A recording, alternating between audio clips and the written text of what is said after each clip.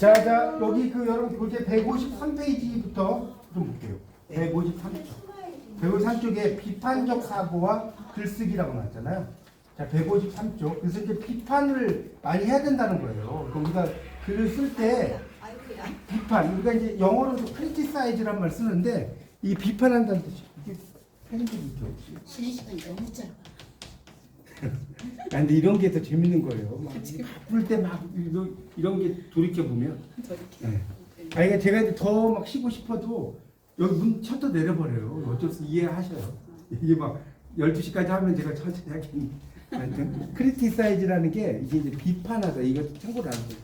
비판하다는 뜻도 있고 공부는 시험용도 있고 시험 아닌 용도 있는 거예요. 이런 거는 좀 알고. 이게 이제 크리티사이즈라는 말 많이 쓰는데 이 두 가지가 있는 거예요. 그러니까 비판은 약간 나쁜 쪽인 거고批评은 좋은 거예요. 이 사람이 너 이런 부분 잘못했다 이런 거니까 그러니까 비판적 사고라고 해서 꼭 이게 뭐 완전히 나쁘거나 이런 건 아니다. 어떤 사고를 할 때는 약간 삐딱하게 바라보는 눈 그게 비판적 사고거든요. 어떤 사물이라든가 이런 것들을 있는 그대로 바라보지 말고 다른 면으로 바라보는 시각 이런 걸 이야기한다. 그래서 153쪽 보세요. 우리 뭐라고 나왔냐면 자, 두 번째 단락. 그러니까 여기부터 이제 공부하는 건 여러분 이렇게 생각하시면 돼요. 아 이거 상식적인 공부다. 근데 이제 그 중에 포인트만 잡아드린다 생각하면 돼요. 자 153쪽의 두 번째 단락 비판은 이런 말이 있을 거예요. 밑줄 쓰세요. 건전한 회의와 진지한 반성의 바탕을 두고 있다. 그러니까 회의라는 것은 이게 뭐랄까 삐딱하게 바라보는 거예요. 이 회의라는 게 회의적이다 이런 말 들어보셨어요? 네. 그 회의 비판 건전한 게 그 회의하는 그런 의미의 회의입니다. 그런 것들이 상당히 중요하다는 거예요. 그러니까 무조건적 반박, 근거 없는 의심 이러면 안 된다는 거예요. 그러니까 우리가 논문 같은 거 쓰면 어떤 사람은 반박을 위한 반박만 해. 그런 것은 안 좋은 거다. 이런 얘기고요. 넘기세요. 이런 식으로 공부하면 돼. 여기는 그러니까 빨리 할 수 없다니까. 포인트만 잡으면 돼요. 자, 그래서 그 154쪽의 두 번째 단락에 보시면 두 번째 단락 보세요. 자, 정보화 사회에서 비판적 사고 능력을 키움으로써 정확하게 정보를 파악하고 자료를 선별할 수 있다. 비판적으로 여러분들 비판적인 생각을 해야 돼. 대학교에서 공부의 그 고등학교 공부와 차이점이 뭐냐? 비판적 사고예요. 여러분 비판적 사고를 많이 하시면 됩니다. 그러니까 독서도 마찬가지예요. 있는 그대로만 있는 게 아니라 이걸 좀 더 다르게 보는 거예요. 그러니까 예를 한번 들어볼게요. 여기 이제 책이 안 나오지만 여러분 보세요. 걸리버 여행기. 이거 모르시면 없어. 그렇죠. 조나단 스위프트가 쓴 걸리버 여행기가 있어요. 거기에 보면 대인국이 있고 소인국이 있어. 이거 모르시고 아무도 없어요. 그런데 자, 그래요. 대인국이 있고 소인국 나라로 막 배가 난파해가지고. 근데 이 조나단 스위프트가 이 대인국이나 소인국을 썼을 때는 왜 썼을까요? 제가 한번 여쭤볼게요. 왜 대인국과 소인국을 썼어요? 이 대인국을 쓴 거는 인간을 확대 해석한 거예요. 그러니까 이 사람이 대인국 나라라고 한 게 아니라 인간의 그 확대된 면을 이렇게 이제 대인국으로 이야기를 한 거예요. 그럼 당연히 소인국은 뭐겠어요? 인간을 축소 해석한 거예요. 이런 이야기 하려면 몇 시간 해야 돼. 근데 그러니까 제가 이 비판적 사고라는 것을 말하는 거예요. 그러니까 여러분이 어떤 걸 받아들일 때 있는 그대로 받아들이지 말고 이걸 돌려서 봐라. 그 상황 자체를 다양하게 받아들여요. 이런 걸 뭐라고 하냐? 비판적 사고라는 거예요. 그러니까 하나의 글을 읽어도 사람들 사이에 섬이 있다. 그 섬에 가고 싶다. 이런 말 있죠. 네. 사람들 사이에 섬이 있다. 정현족의 섬이 너무 유명하거든요. 사람들 사이에 섬이 있다. 그 섬에 가고 싶다. 이거 모르시면 아무도 없어. 근데 이게 왜 시가 되냐? 사람들 사이에 섬이 이게 보세요. 섬이 있다. 그 섬에 가고 싶다. 이거 실까요? 물론 시 아닌 건 아니야. 시긴 쉬워. 근데 멋지지 않죠. 이게 기가 막힌 거야.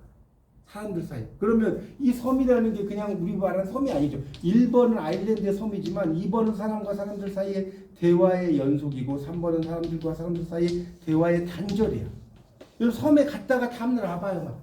섬이 그냥 아주 조용하죠. 홍도 이런 데 저도 한번 간 적이 있는데 갈 때는 막 미어 터지잖아요. 송도가 무너질 것 같잖아. 하도 많이 가. 그러다가 이렇게 빠지죠. 그러니까 어떤 여러분이 이제 대학에서 공부는 그런 걸 말하는 거예요. 그냥 일반적으로 우리가 아는 거와 좀 더 다르게 그냥 단지 이 시를 낭송하는 게 아니라 이 섬이라는 의미가 이런 여러 가지 맥락들을 가지고 있구나. 제 말의 의미를 아시겠어요? 그러니까 그런 것들을 공부하는 것이 비판적 사고다. 그렇게 이해하시면 되겠어요. 그래서 이제 학술적인 글쓰기가 이제 그 155쪽에 보면 막 나와요. 학술적인 글쓰기를 이렇게 이제 해야 된다. 이제 학술적인 글쓰기는 여러분 논문을 잘 안 쓰셔서 그런데 이 논문은 초록이 있어요. 거기 그 155쪽에 두 번째 단락에 보면 논문에 초록이 있죠. 앱스트랙트. 이게 이제 보통 논문 초록은 뭘로 쓸까요? 영어로 써요. 거의 다 영어로 써. 뭐 내가 국문과를 가도 영어로 쓰고요. 중문과도 뭐 중문과는 중국어로 쓰겠지만 대부분 영어로 씁니다. 그래서 제가 한때는 막 이 논문 이거 초록 있잖아. 이거 영작 부탁을 엄청 많이 받았어요. 이거 좀 해달라고. 그래서 지금은 이제 안 하고 거의 안 하는데 하여튼 이 앱스트랙트가 있고 목차가 있어요. 어떻게 쓴다. 그다음에 핵심 용어. 내가 박사 논문을 쓰면 어떤 단어, 예를 들어서 뭐 동양사상, 뭐 선사상 이런 핵심 용어가 있겠죠. 그런 것들을 써주는 거예요. 그리고 참고 문헌도 들어가 있다. 뭐 그런 이야기입니다. 그래서 학술적 글쓰기는 서론, 본론, 결론의 순서로 쭉 쓴다고 이해하시면 될 것 같습니다. 넘기세요.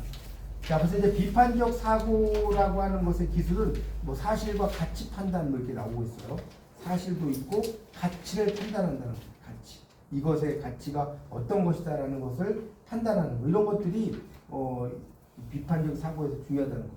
그러니까 가치 판단이라는 걸 여러분 생각해 보세요. 답이 딱 있는 건 아니겠죠. 가치 판단이라고 하는 거 예를 들어서 아름다움이 있어요, 여러분. 아름다움이 옛날에 보는 아름다움과 지금의 아름다움이 가치가 같나요? 옛날에 양귀비 얼굴이 그렇게 미인 얼굴이 아니에요. 요즘 관점에서 보면 달덩이 같이 막 이렇게 펑퍼짐하게 이렇게 생겼어요. 그렇게 얼굴이 막 요즘의 관점이 아니라니까. 그러니까 미라고 하는 것은 뭐라고 하는 것은 이 관점이 가치 판단이라는 것은 딱 정해진 게 아니라고 이해가십니까? 네. 그 당시 시대적인 상황마다 다 달라지는 거. 그걸 이제 가치 판단이라고 이해를 하시면 될 것 같습니다. 그 정도만. 그래서 윤리적인 문제다. 자, 설명은 말 그대로 이제 이야기를 우리 설명문처럼 대상에 대해서 이야기하는 거. 자, 봐요. 어디 나오냐면 159쪽 보세요. 자, 159쪽 두 번째 단락 뒤쪽 주세요. 설명은 무엇인가 어떠한 것인가에 대해 답하기 위해 본질을 규명하거나 실제성을 밝히는 탐론이다. 그러니까 설명을 하는 거는 그 상황이 어떻고 어떻다는 걸 쭉 설명하는 거예요. 그러니까 설명과 제가 이렇게 여쭤볼게요. 설명과 논술의 차이점이 뭡니까? 이렇게 물어보면 뭐라고 할 거예요? 설명과 논술 뭐가 다르? 자, 설명은 자기 주장이 없이 그냥 쭉 나열하는 거예요. 근데 논술은 그렇죠. 자기 주장을 집어넣는 거예요. 어떤 이야기를 집어넣은 다음에 그래서 논술이에요, 논술. 대학에 논술 고사 뭐 이런 거 있지 않습니까? 그러니까 어떤 고사를 넣고 거기에 내 주장을 넣는 거. 이게 논술입니다. 잘 알아주세요. 그 이야기를 쭉 써놓은 거예요. 그래서 설명에는 여러 가지가 있다. 밑에 나오죠. 지정한다. 뭘 정하는 거겠죠? 그래서 이제 그 밑에 보면 사물을 바로 앞에 두고 가리키며 언급하는 거다. 그렇게 나오죠. 여기 나오죠. 이거는 이거다. 뭐 이런 식으로. 정의도 마찬가지죠. 뭐는 뭐다라고 하는 거예요. 이거는 이거다라고 하는 거. 용어의 개념을 다른 말로 풀어서 규정하는 것이다. 이게 정의. 그러니까 정의는 이렇게 생각하시면 돼요. 여러분이 어떤 단어가 나오면 국어사전을 찾아보면 막 설명이 나오죠. 그러니까 우리가 정의양 뭐 이제 다 공부하시겠지만 그걸 말하는 거예요. 그걸 정의라고 한다. 이렇게 이해하면 되겠고요. 개념적 정의는 말 그대로 이제 정의의 방법은 개념적 정의와 조작적 정의 뭐 이렇게 나왔잖아요. 사전적으로 정의하는 거. 개념적 정의. 사전적 정의 있잖아요. 뭐 그래서 새에 대한 정의가 있으면 이렇게. 이해가시죠? 조강의 척추동물을 가리킨다든가 뭐 몸에 깃털이 있다든가 이런 식으로 막 쓴다는 거예요. 그러니까 어쨌든 그런 걸 이야기하는 거고요. 그래서 이제 그런 것들을 뭐라고 하냐면 161쪽에 보세요. 외연이란 말이 있죠. 외연. 외연은 뭐냐면 있는 그대로 표현하는 거예요. 외연이 뭐라고요? 있는 그대로 표현하는 거예요. 근데 나는 뭐냐? 새의 속성이야. 그걸 뭐라고 하냐면 내포라고 해요. 내포. 그러니까 뭔 소리냐면 잘 봐요. 자, 이건 조금 설명을 해야 될 것 같아요. 160쪽에 가하고 나 찾으셨어요? 네. 가에다가 외연이라고 쓰시고 나에다가 내포라고 써보세요. 가에다가 외연. 자, 그러면 외연과 내포가 뭐냐면 외연은 지시적 의미, 내포는 함축적 의미. 자, 외연은 뭐라고요? 지시적 의미. 내포는 뭐라고요? 함축적 의미. 이게 뭔 소리냐? 자, 더 쉬운 예를 들어드릴게. 자, 국화를 가지고 이렇게 국화. 여기 이제 안 나온 예를 가지고 설명해. 국화가 있어요. 국화 가을에. 자, 국화 외연은 뭐냐? 단연생의 뭐 노란색 뭐 무슨 색을 가진 단연색 화초 우리 이야기했어. 그러면 질적 의미죠. 네. 쭉 설명했잖아요. 근데 함축적 의미는 뭐냐? 국화는 뭐예요? 사군자 맞나요? 매난 국주가 할 때 사군자 들어가잖아요. 네. 뭐 절개라든가 또는 이제 서정주 같은 사람은 중년 여인의 원숭미. 중년 여인의 원숭미 이 사람 독특하게 썼죠. 나중에 이제 여러분 배우시겠지만 이런 걸 뭐라고 하냐면 상징의 제문맥화라고 해요.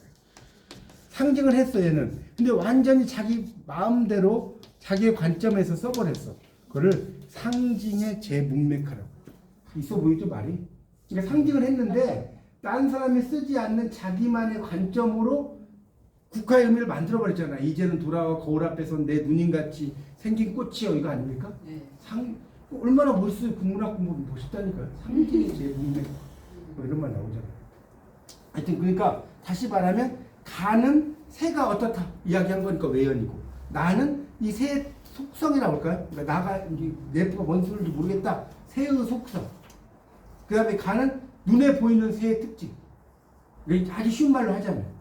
그러면 좀 더 이해가 쉽죠? 네. 그렇게 이해하면 됩니다. 그러니까 이 내포라는 것도 중요하다. 그런 이야기 써놓은 거예요. 네, 그렇게 아시면 돼요.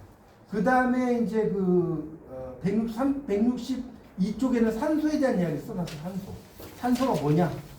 뭐 이렇게 써놨어요. 과학적인 말을 쓴 거 H2O 할 때 산소 있지 않습니까? 그러니까 이 조작적 정의는 주로 과학에서 주로 많이 나와요. 조작이기 때문에. 그 다음에 이제 163쪽 예시는 예를 드는 거예요. 그냥 그렇게만 알면 돼요. 예시가 뭔지 뭐 이런 거 중요한 게 아니고 이제 그 다음에 비교와 대조 164쪽 보세요. 164쪽 비교와 대조는 이제 이걸 좀 여기서 알아두실 게 있어요.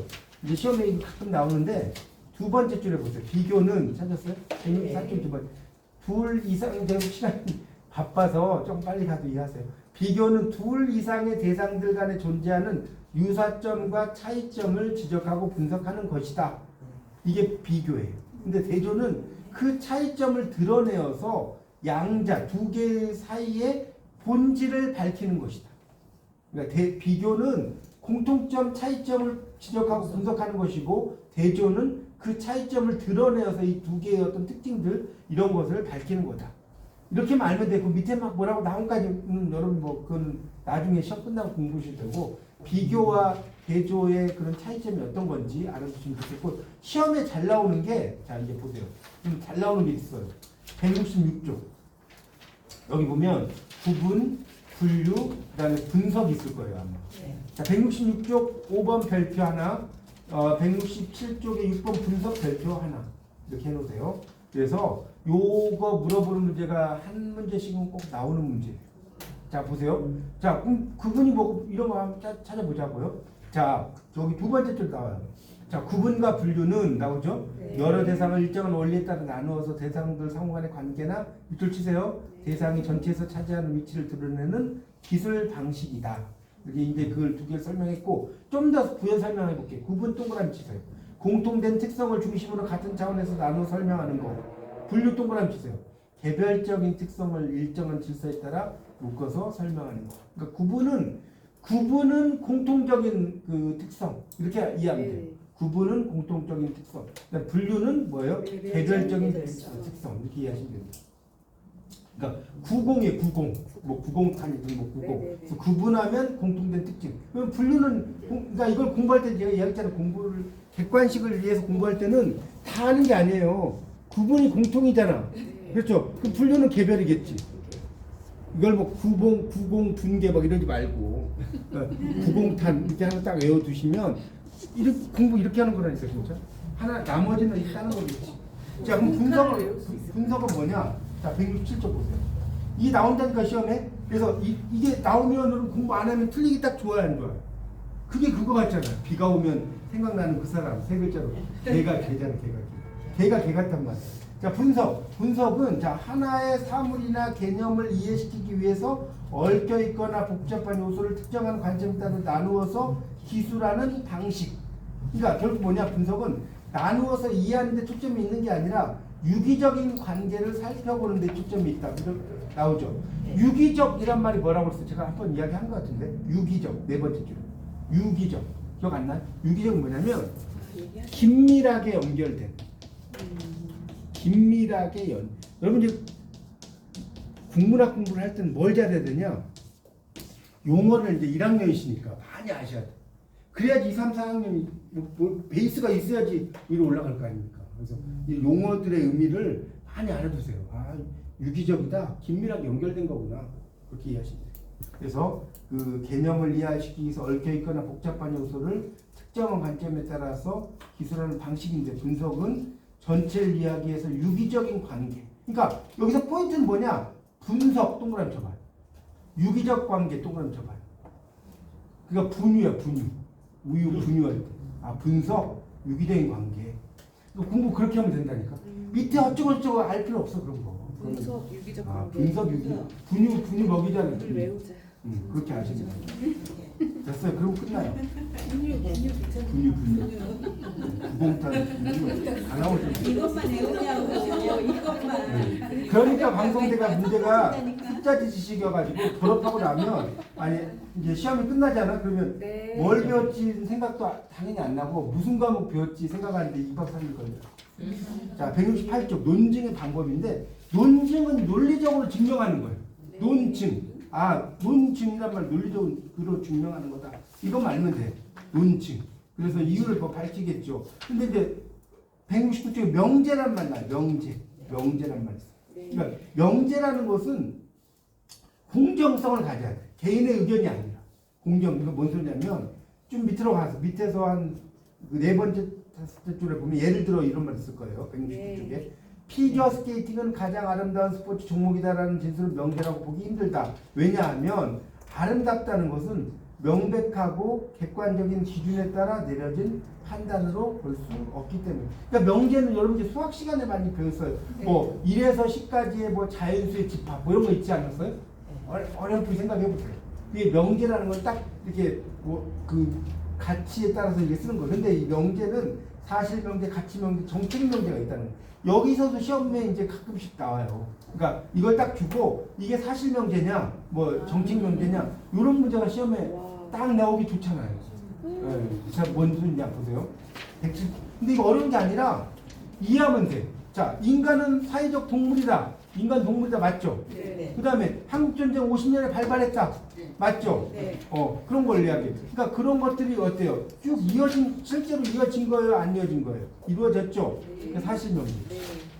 아니, 어렵나 이게? 이해했어요. 네, 그렇게 이해하면 돼. 그러니까 이런 걸 암기하는 게 아니라고. 네. 근데 가치 명제는 뭐냐면 가치를 준 거예요. 예를 들어 예술은 영혼을 풍요롭게 한다. 가치죠. 여러분들 이게 좀 공부하지만 이것도 예술인 거예요. 이 예술이 여러분의 영혼을 막 엄청나게 살찌우고 있잖아 지금. 맞죠? 그다음에 또 뭐예요? 웃음은 건강에 좋다. 이런 것들 어떻게 가치라는 거예요? 가치인지. 웃음이 건강에 좋은 건 가치라고.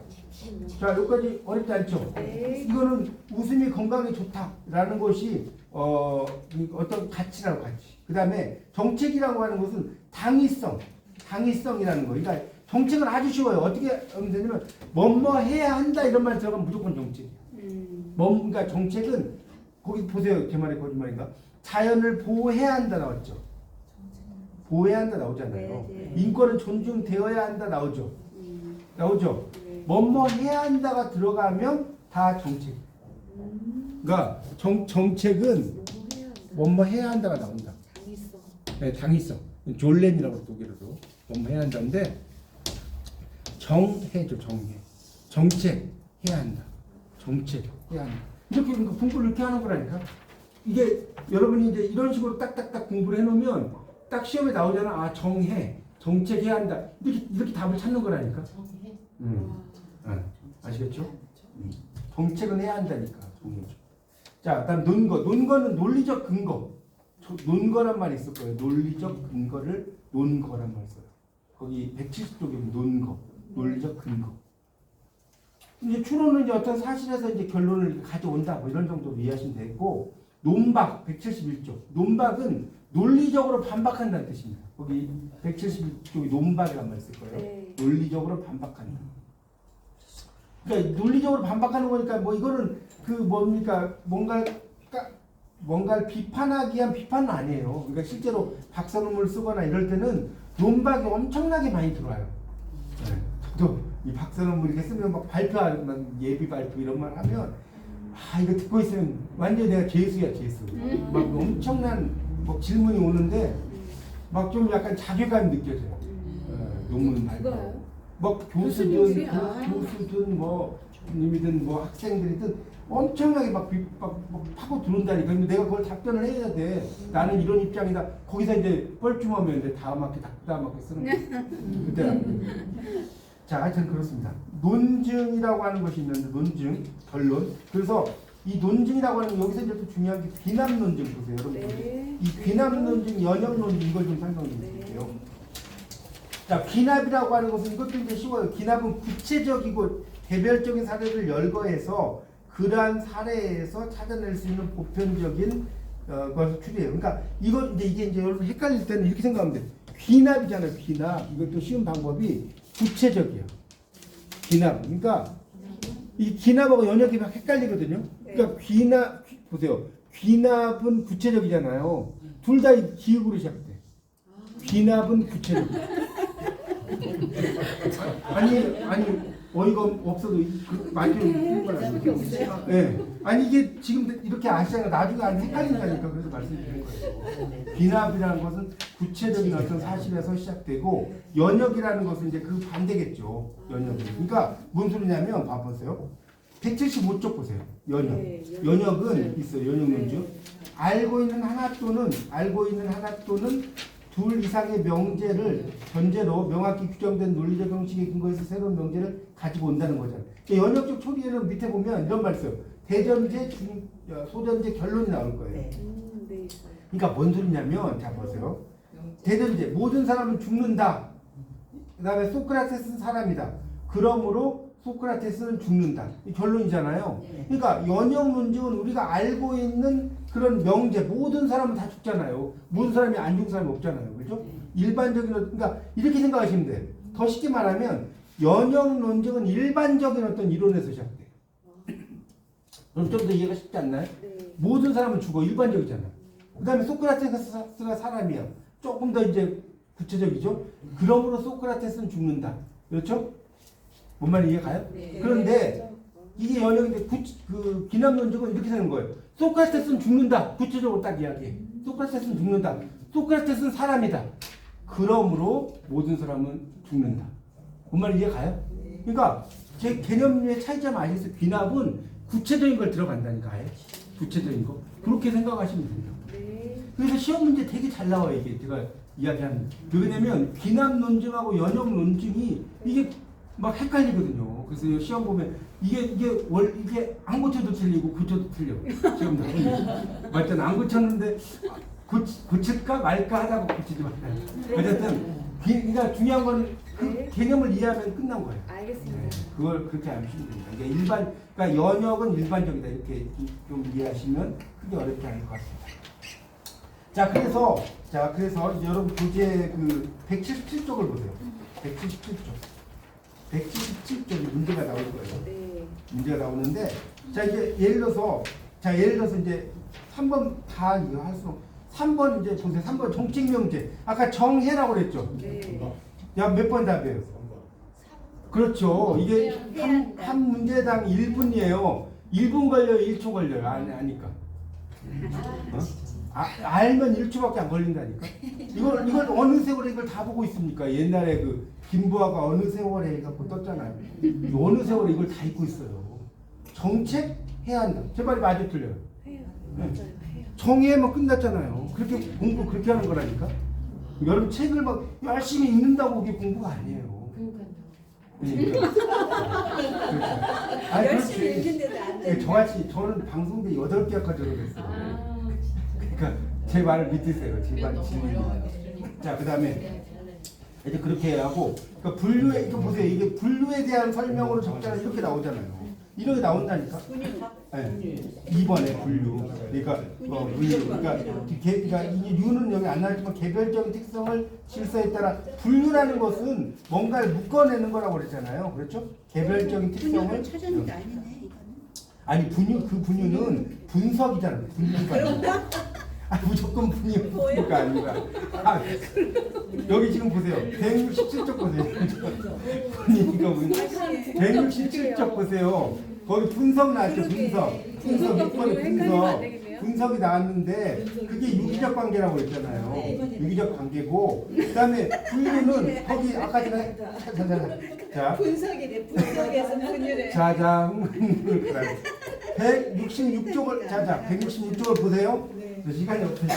거기 보면 구분과 분류에 하나 5째 줄인가? 분류는 이런 말 제가 동그라미 치라고 아까 했을 텐데 개별적인 특성을 뭐 이렇게 나왔잖아요. 일정한 질서에 따라 묶어서 설명하는 거죠. 그러니까 이 분류는 그냥 이렇게 생각하셔도 돼요. 헷갈리면 묶는 거예요. 묶는 거. 분류한다는 것은 이거는 이것대로 이건 이것대로 묶잖아요. 그렇죠? 그러니까 분류는 묶는 거다라고 생각하시면 되겠죠. 묶어서 그러니까 묶어서는 다 나오는 거예요. 묶어서 유기적 하니까 이건 분석이고. 그러니까 여러분이 아마 이런 문제 2번 나오면 2번을 답으로 하실 거야. 분유니까. 근데 이거는 분석이라고 이거는. 개념 알겠어요? 사실에 대한 설명으로 적절한 것을 보냈는데 여기서 쭉 보면 정밀의 조사 연구에서 진위 여부를 진위 여부가 중요한 거예요. 사실이라는 거는 참과 거짓이 반드시 나타나야 되겠죠? 네, 그러니까 답은 2번이겠죠. 예, 그 다음에 넘겨보세요. 창조와 자기 표현 그러면. 그러니까 여기 있는 것들 봐보세요. 시험에 나오더라고 하더라도 그렇게 막 복잡하거나 이러진 않아요. 제 말에 맞을 거예요. 앞에 있는 것보다 훨씬 쉽죠. 그러니까 그 포인트만 딱 잡으면 된다니까. 창의적 사고 이런 것도 창의적인 생각을 한다는 거예요. 그러니까 뭔 소리냐면 밑에 봐보세요. 그 이제 봄이 있어. 봄이 온다. 여러분 봄이 이제 지금 지났지만 봄이 와 이렇게 써요. 근데 만약에 내가 겨울을 지나 봄을 향해 가고 있어. 봄이라는 상투적 문장은 그러니까 내가 봄에게 간다. 그러니까 여러분 봄이 온다라는 말보다 내가 봄에게 간다 이게 좀 더 있어 보이지 않나요? 있어 보여요. 여러분 그 실제로 이게 뉴욕에서 있었던 실화인데요. 뉴욕에서 있었던 실화 하나 말씀드릴게요. 어떤 거지가 이거 진짜 실화예요. 거지가 저는 눈을 못 봅니다. 저는 눈을 못 봅니다. 네? I am blind. 난 눈을 못 봅니다. 한 푼 적선해 주십시오. 그러니까 깡통에 하나도 동전이나 달러가 안 들어가. 근데 어떤 시인이 딱 나와서 이제 그 시를 딱 써주고 가요. 어떻게 썼냐? 뭐라고 쓴지 아세요? Spring is coming, but I can't see it. 봄은 오지만 이게 진짜 저는 봄을 볼 수 없습니다. 멋있어요, 안 멋있어요? 저는 맹인입니다. 이게 멋있어요. 봄은 오지만 여러분 이거 짠하지 않아요? Spring is coming, but I can't see it. 영어로 그거예요. 그러니까 막 그 깡통이 그냥 순식간에 쳐져 버려. 그러니까 이렇게 시적인 것이 참 중요하다는 거예요. 자, 뭐 그런 거고. 그래서 이제 창의적인 사고라는 것들이 이제 상당히 우리가 이 일상에서 상당히 도움이 된다, 뭐 이런 거고. 그 다음에 이제 개성적인 표현도 이제 나와요. 개성적인 표현이 188쪽에 나왔죠. 개성적인 표현. 그래서 이제 개성적인 표현에서는 자, 이제 거기 큰 걸 보면 186쪽에 단어를 발견해라. 그리고 새로운 활용을 해라. 단어를 발견해서 새로운 뭐 활용을 하라. 뭐 이런 것들이 나와요. 그러니까 일반적인 자기만의 관점에서의 어떤 글을 이렇게 쓰는 거, 토속어를 쓴다든가 이런 것들이 이제 그 이야기를 하고 있어요. 그렇게 알면 되겠고요. 특히 이제 이회수 같은 사람들도 보면 시를 뭐 이렇게 되게 막 시라든가 소설이라든가 자기의 관점을 막 쓰잖아요. 벼고금학도라든가 이런 거 보면. 그 다음 188쪽 보세요. 힘있고 간결한 문장. 그러면 문장을 쓸 때 간결체를 쓰란 거예요. 문장이 간결체, 만연체가 있는데 그런 것들을 쓰는 문장이 쭉 얘가 나오고 그 다음에 190쪽에 보면 비유와 이미지라는 게 나와요. 비유와 이미지. 190쪽 보세요. 비유와 이미지. 그러니까 비유는 이제 여러분이 나중에 이제 국문과 다니시니까 학년이 올라가면 좀 더 많이 배우실 거예요. 지금 뭐 다 이야기할 수는 없어. 근데 아까 제가 섬에 대한 이야기 기억나요? 네. 바로 나오잖아. 사람들 사이에 섬이 있다. 그 섬에 가고 싶다. 이게 정현종 시인의 시 중에 되게 유명한 시예요. 애기 이거 나도 쓰겠네. 여러분 써봤자 다 도용이에요. 이거 원래 유명한 말은 다 미리 써놨어요. 그래서 자, 근데 이 시는 뭐 보세요, 봐요. 그 섬에 가고 싶다는 문장 제목으로 소설과 영화까지 만들어졌다고 나오잖아요. 그래서 자, 봐요. 자, 이제 아까 제가 설명드렸죠. 이건 좀 설명을 했고요. 사람들 사이에 섬이 있다가 아니라 그 섬에 가고 싶다가 제목으로 채택된 이유가 무엇일지 생각해보자. 하나, 어려울 것 없는 이 문장은 그 섬에 가고 싶다는 누군가의 욕망이 반영되어 있다. 그렇죠? 그 섬에 가고 싶다라고 하면 그 섬이 도대체 어디지? 라든가 이런 식으로 쓴다는 거예요. 그래서 섬이 가리키는 건 첫 행에 있다. 제가 아까 분명히 했어요. 뭐가 중요하다? 사람들 사이에가 중요하다. 네. 여기 사람들 사이에다 가로를 넣을까요? 네. 사람들 사이에 가로를 넣고. 그러니까 사람들 사이에 있는 섬에 가고 싶다. 자, 그러니까 이런 걸 뭐라고 하냐? 애매성이라고 하는 거예요. 애매성. 아까 제가 섬 여기 있잖아요. 섬도 있고 연속도 있고 그러니까 이런 거를 앰비규어티라고 합니다. 앰비규어티라고 하는데 앰비라는 말은 둘을 뜻해. 여러분 앰비가 둘을 뜻하는 거 아세요? 앰비가 둘인데 두 갈래길이에요. 두 갈래길. 앰비규어티. 그러니까 뭔 소리냐면 섬이라는 게 근데 앰비규어티는 이만 의미하는 게 아니라 이보다 크거나 같다. 자, 섬이 섬일 수도 있고 사람들과 사람 사이 연속일 수도 있고 사람과 사람 사이 대화의 단절일 수도 있죠. 3이죠. 3이잖아요. 세 가지 뜻이잖아요. 예. 이보다 크거나 같죠. 앰비규어티 아니에요. 앰비규어티지. 말 어렵지 않죠? 어려워요? 그러니까 하나의 단어가 여러 가지 뜻을 가지고 있다. 그러면 쉽나요? 그걸 앰비규어티라고 합니다. 애매성. 이렇게도 해석되고 이렇게도 해석되고 이렇게도 해석되는 게 앰비규어티라고. 그렇게 이해하시면 돼요. 자, 보세요. 그러니까 이게 국문학은요. 이것만 가지고 3시간 수업해야 돼, 진짜. 이 앰비규어티만 갖고도 제가 설명할 게 너무나 많아. 그 정도로 알고요. 이제 비유는 이제 시에서 뭐 은유든 직유든 막 쓰는 거예요. 내 마음은 호수요라든가 뭐뭐처럼이라든가 뭐 이런 것들을 쭉 쓰는 것이 비유다. 뭐 그렇게 말면 돼. 뭐 어쩌고저쩌고 밑에 있는 건 그냥 몰라도 됩니다. 그런 것까지는. 네, 비유, 직유, 은유 뭐 이런 거 있죠. 그 다음에 관찰과 묘사 194쪽. 194쪽 관찰과 묘사는 특히 이제 시 같은 걸 쓰려면 관찰력이 좋아야 돼요. 이걸 우리가 뭐라고 하냐면 심안이라고 해요. 심안. 여러분 여기서 시 쓰시는 분 계시겠지만 심안, 마음의 눈. 심안. 이 마음의 눈으로 뭔가를 바라봐요. 그러니까 그 사물들을 바라봤을 때 그냥 바라보는 게 아니라 예를 들어서 저도 막 이렇게 썼지만 은행나무가 있어. 은행나무가 뭐죠? 바람의 소리를 받아쓰게 하고 있다. 하여튼 뭐 이런 식으로 써야 돼. 관찰을 시를 쓸 때 은행나무에 바람이 불어서 너무나 시원했다. 이거 시가 안 된다. 그러니까 바람의 경전을 받아쓰게 하고 있다라든가 하여튼 좀 더 있어 보이게 쓰는 거예요. 시를 쓸 때는. 그렇지 않나요? 무슨 말 이해가시죠? 네. 그 심만이라고 합니다. 그런데 묘사라고 하는 것은 195쪽에 나오잖아요. 그림처럼 표현하는 거예요. 그러니까 설명과 묘사의 차이점은 묘사는 그림처럼 표현한다. 그래서 그림처럼 표현하라. 뭔가. 그러니까 이게 이제 그 묘사의 대표적인 게 뭔지 아세요? 197쪽이에요. 거기 11권 각주에 김승옥의 무진기행 나오죠. 있죠. 이 무진이라는 것은 이 정해진 게 아니라 가상적인 공간이에요. 근데 이 무진기행을 보면 이렇게 멋있게 나와요. 무진의 명사물이 없는 게 아니다. 그것이 무엇인지 알고 있다. 그것은 안개다. 얼마나 멋지게 썼나 볼까요? 아침에 잠자리에 일어나서 밖을 나면 밤사이에 진주에 온 적군들처럼 안개가 무진을 삥 둘러싸고 있는 것이다. 눈에 보여 안 보여? 눈에 안 보인다고요? 눈으로 이렇게 떠올려 보세요. 그 상황이 이렇게 앞뒤가 각자가 안 맞죠. 아니 그 상황이 이렇게 눈에 막 떠오르잖아요. 시각하지. 눈에 안 보인다고 하니까.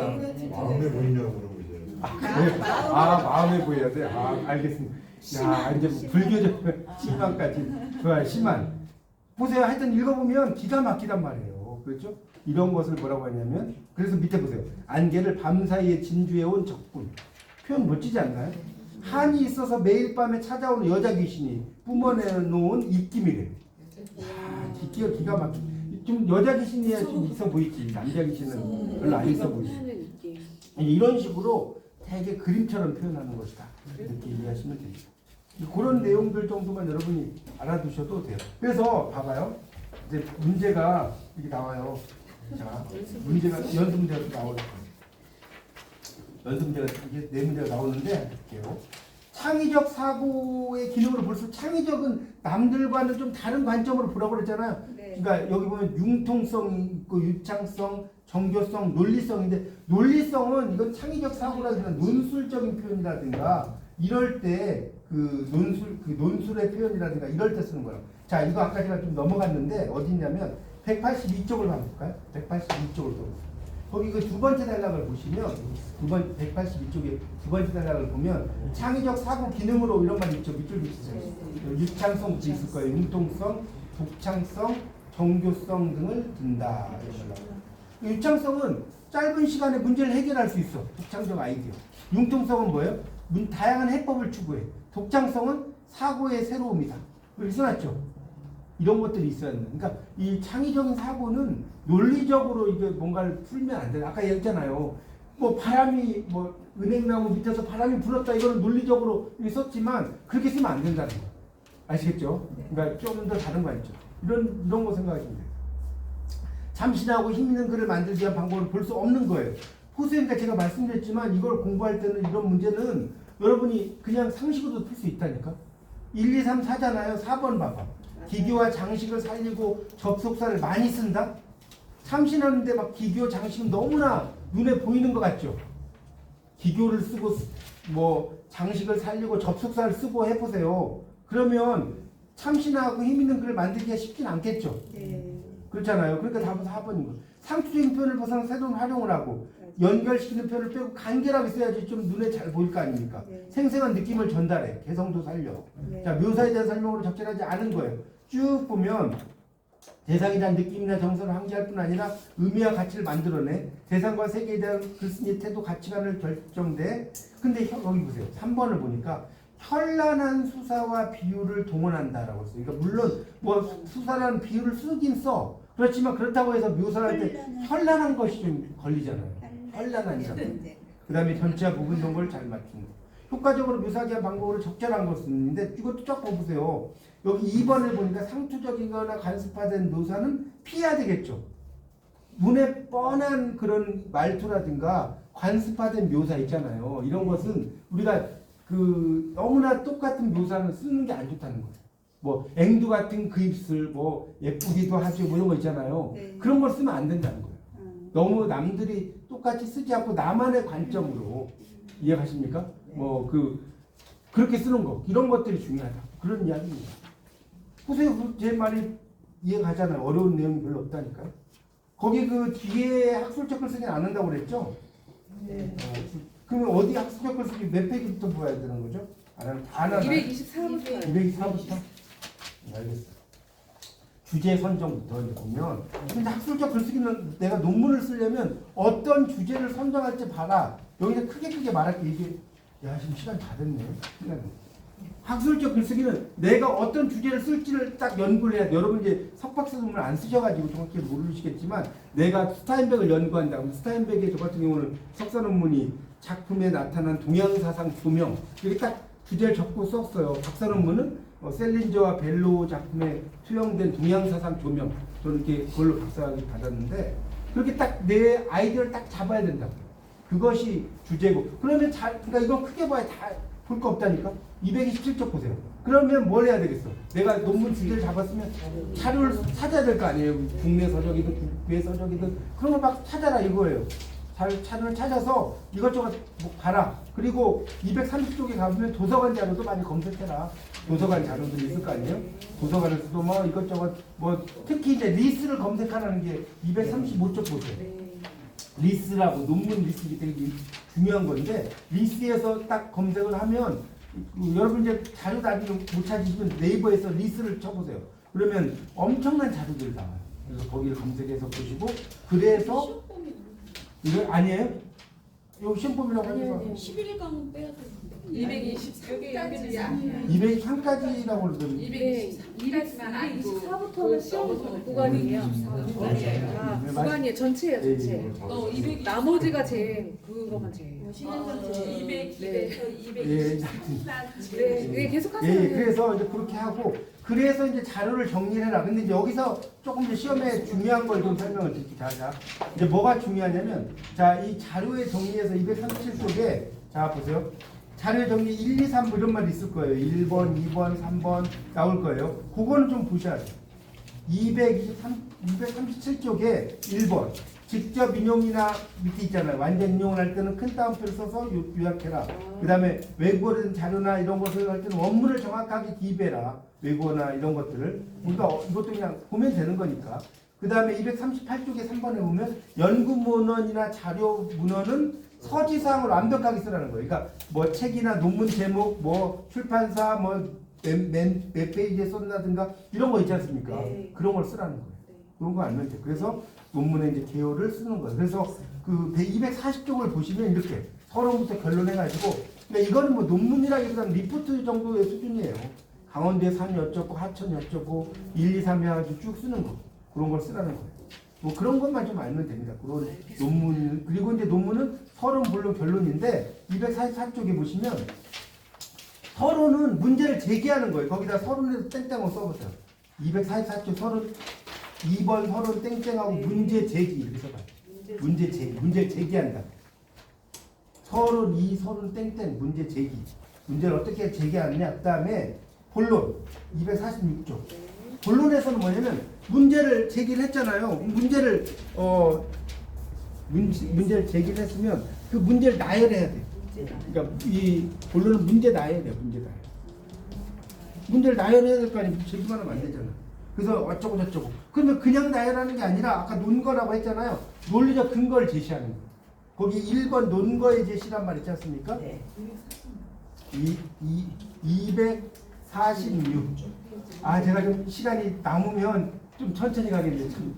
아유, 미치겠네. 자, 그래서 논거라고 하는 것은 뭐다? 논리적 근거를 제시한다 이 말이에요. 그런 걸 해서 인용을 하고 뭐 이런 이야기가 쭉 나오고 있어요. 근데 인용은 249쪽에 보면 249쪽 보세요. 직접적으로 인용을 하려면 따옴표를 쓰겠죠. 근데 간접적 인용은 그냥 이렇게 이런다고 말한다 이렇게 쓰라는 거예요. 그러니까 직접적인 인용은 따옴표를 하는데 간접적 인용은 그러니까 이런 거야. 그런 이러이러하다고 말한다라는 정도로 그냥 딴 사람 말에 그냥 뭐 이야기하는 거. 그거를 간접 인용이라고 합니다. 그렇게 이해하시면 돼요. 그래서 이제 그런 내용들이 쭉 나오고 주석 있고 뭐 각주가 있고 이런 건데 이거는 그냥 쭉 한번 보시고 여기 어디를 보시냐면 여기 263쪽. 지금 미치겠네. 이게 지금 저기 어디야? 314쪽까지가 다 시험 보면 되는 거죠. 네. 300. 그러면 지금 아니 오늘 이게 전 다 하려 했더니 시간이 안 돼요. 263쪽까지 하고 일단 보세요. 여기까지 하고 마칠게요 오늘. 자, 학술 보고서 그 세 문제가 나오는 거 거기만 좀 보죠. 263쪽 1번 학술 보고서의 설명이 아닌 것은 그랬잖아요. 리포트를 말하는 거예요. 그런데 여기 보니까 자, 뭐 쫙 보니까 2번을 보세요. 본격적인 연구의 소재를 제공하기보다는 자, 이게 틀렸어요. 독창적인 주장을 한다고 나왔죠. 이거는 학술 보고서가 아니라요. 학술 논문이에요. 학술 논문. 그러니까 뭔 소리냐면 논문은 독창성이 있어야 돼. 특히 박사 논문 있죠. 여러분 석사 논문은 그냥 통과 제의로 써. 남들이 쓰는 거 박사. 근데 박사 논문은 독창성이 없으면 이 나중에 이제 논문 심사라든가 이런 거 할 때 별로 이게 통과하기가 쉽지가 않아요. 저도 이제 박사 논문 쓸 때 완전히 그 셀린저 벨로를 도연명하고 비교했거든요. 미국의 작가를 도연명하고 막 불교 노장 사상을 통해서 비교했어요. 그러니까 뭐라고 못하더라고요. 뭐 동양 중문학과 불교하고 막 영문학을 연결시켜 버렸습니다. 그러니까 그런 식으로. 질문을 못하게 하면 네. 되거든요. 그러니까 좀 독창적으로 쓰라는 거예요. 그다음에 과제물 평가의 기준이 아닌 것은 그랬는데 이것도 쉬워요. 자 보세요. 과제물 평가인데 이거 상식적으로 봐보세요. 논리와 부합해야겠죠. 제가 보세요. 이게 상식이라니까. 논리가 정확해야겠죠. 네. 근데 내용의 통일성과 일관성 하나로 맞아야 되겠죠. 근데 표현의 풍부성과 애매성이라고 해요. 애매성은 시의 특징이라고 생각해요. 아까 제가 계속 이야기했잖아요. 성산문이 수양산 바라보며 이제를 하나노라 했어. 근데 수양산이 중국의 수양산도 되지만 수양대군의 수양산 돼야 돼요. 네. 그거 똑같은 거예요. MS. 자, 학술 논문이 갖춰야 할 요소와 거리가 먼 거. 자, 3번 별표 쳐놓으세요. 3번 별표 치세요. 자, 이거는 너무 쉬운 문제예요. 자, 학술 논문은 논리적이어야 되겠죠, 일단. 네. 썰 푸는 게 아니잖아. 네. 가독성이라고 뭐냐면 잘 읽혀져야 돼. 이게 난독성이면 골치 아픈 거예요. 학술 논문인데 뭔 소리인지 모르겠어. 안 된단 말이에요. 일관성. 자, 처음에는 쭉 이런 이야기를 했어. 근데 내가 다시 생각해 보니까 이게 아닌 것 같아. 그럼 돼, 안 돼? 안 되죠. 안 되죠. 일관적이야. 그리고 학술 논문은 주관성이라고 하죠. 이게 틀린 거예요. 학술 논문은 왜 그러냐면 학술 논문이라는 건 썰푸는 게 아니에요. 물론 나의 의견이 들어가긴 해. 그렇지만 학술 논문이라는 건 나의 의견을 여기 객관성이 더 맞는 게 뭐냐면 그 내 의견을 뒷받침하는 여러 지지자들의 이야기를 써줘. 이걸 뭐라고 하냐면 supporting ideas라고 하는 거. 좀 쳐주세요. supporting ideas. 내 생각들을 뒷받침하기. 자, 뭐라고 한다? supporting ideas. 뭔 말이에요? 가세요? 그러니까 논문은 내 멋대로 쓰는 게 아니라니까. 근거가 예를 들어서 이제 우리가 인문학이 아닌 여러분 생각보다 경제학이라든가 이런 걸 내가 박사 논문을 받아요. 내 멋대로 해요. 통계를 뭐 데이터 어쩌고 해야 돼. 뭔 말인지 이해가시죠? 그러니까 이건 주관적인 게 아닌 거죠. 객관적인 어떤 그러니까 주관성이라는 건 내 멋대로 쓰는 거인데 저도 이런 걸 쓰면 그냥 쓰는 게 아니라 실제로 왜 동양 사상적으로 읽히는지 이 사람이 동양 사상을 미국 작가가 공부를 했는지 막 자료를 찾겠어요, 안 찾겠어요? 찾죠. 그런 건 주관성이 아니라고. 내 마음대로 쓰는 게 아니라고. 독창성하고 주관성은 어떻게 보면 다르죠. 독창성은 다른 사람이 생각하지 않는 그런 사고 방식을 이 독창성이라고 하는 것이고 주관성이라고 하는 건 내 주관적으로 쓰는 거. 근데 이 독창성이라고 하는 것도 그런 근거를 그러니까 주관성은 근거를 제시하지 않고 막 쓰는 거예요. 나는 이것에 대해서 내 관점에서 이렇게 생각한다. 막 쓰면 주관성인데 독창성은 내가 독창적으로 썼지만 이 논거를 제시하면서 쓰는 거죠. 이런 것들이 어떤 예를 들어서 제 논문을 좀 이야기하면 그 허조그라는 사람하고 도연명이 막 이야기를 해. 그러면 얘가 이렇게 온 관점은 도연명이 이렇게 온 관점하고 이 시라든가 이런 작품 속의 내용들을 보면 어떤 공통분모라든가 이런 것들이 있다는 걸 분석을 하고 이런 것들에 대한 비평가들의 의견을 막 제시를 해요. 그런 게 독창성이에요. 근데 주관성은 그런 어떤 논리적인 근거라든가 이런 거 없이 내 마음대로 막 써버리는 거예요. 내 마음대로. 어떤 논리적 근거 같은 걸 제시하지 않고 그렇게 이해하시면 될 것 같아요. 우리 이번에 과제가 4번이 나의 견해